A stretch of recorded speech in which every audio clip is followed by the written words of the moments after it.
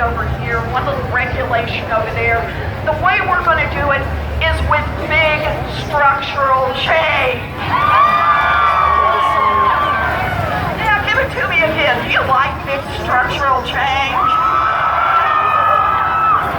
So I want to talk about just one aspect of that, and that is big structural change in our economy. Part one. Right now we have an America where there's more and more power in a handful of giant corporations. Big ag, big tech, big finance, big pharma, you name it. They roll over their employees, they roll over their customers, they roll over their communities. We need structural change. Part of it, we need somebody with the courage to enforce the antitrust laws in this country. I'm your gal on that one. But we need more. We've got to have a system where there's constant pushback. There's other power in the system, and that means we need more power in the hands of employees, make it easier to join a union, and give unions more power when they negotiate.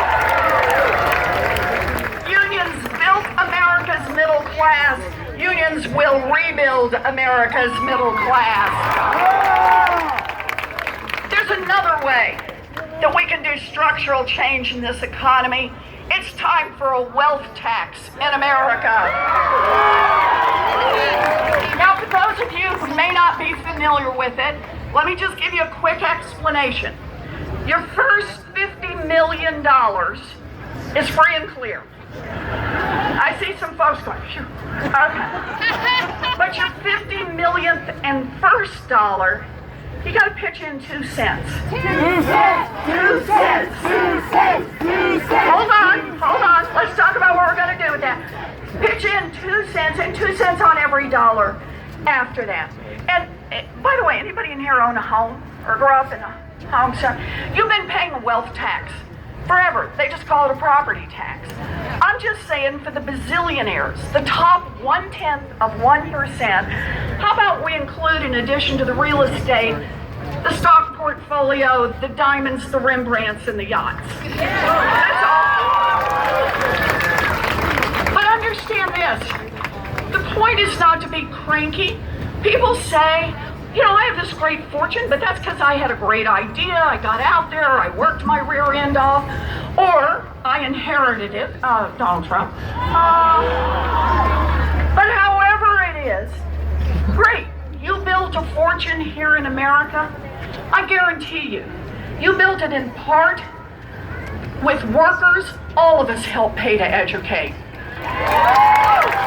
You built it in part getting your goods to market on roads and bridges, all of us help pay to build. You built it in part protected by police and firefighters, all of us help pay the salaries for. So all we're saying is if you make it really big, the top 1/10 of 1%, fortunes above $50 million, you make it that big, pitch in 2 cents so everybody else in this country gets a chance to make it. 2 cents. 2 cents. 2 cents. 2 cents. And what can we do with 2 cents? Just 2 cents. And we can pay for universal child care for every baby in this country age 0 to 4. Universal pre-K for every 3-year-old and 4-year-old in this country. Raise the wages for every child care worker and preschool teacher in America. 2 cents. You can do all of that, and you can make technical school, community college, and 4-year public college tuition free for everyone who wants to get an education. And I'm not through yet. 2 cents, you can do all of that And we can help level the playing field. We can put $50 billion directly into historically black colleges and universities in this nation. And I'll mention just one more. We can do all of the things I talked about, plus cancel student loan debt for 95% of the kids who die. We can do all that and still have a couple of $100 billion left over.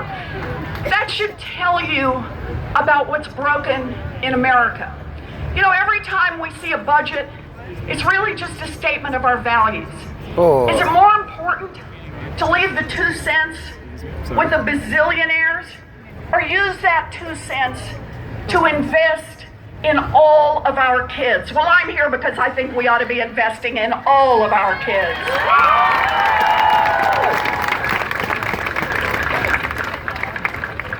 It's a great honor to be out here with all of you. I know that this is a scary time in America.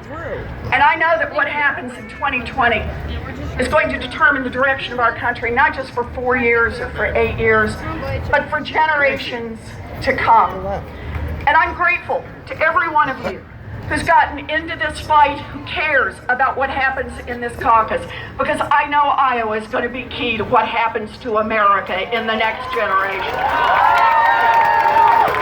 Yes, you are. So, I just want to wrap this up by saying the reason I'm here. I didn't in a million years think I'd ever end up running for any public office. I've known what I wanted to be since I was in 2nd grade.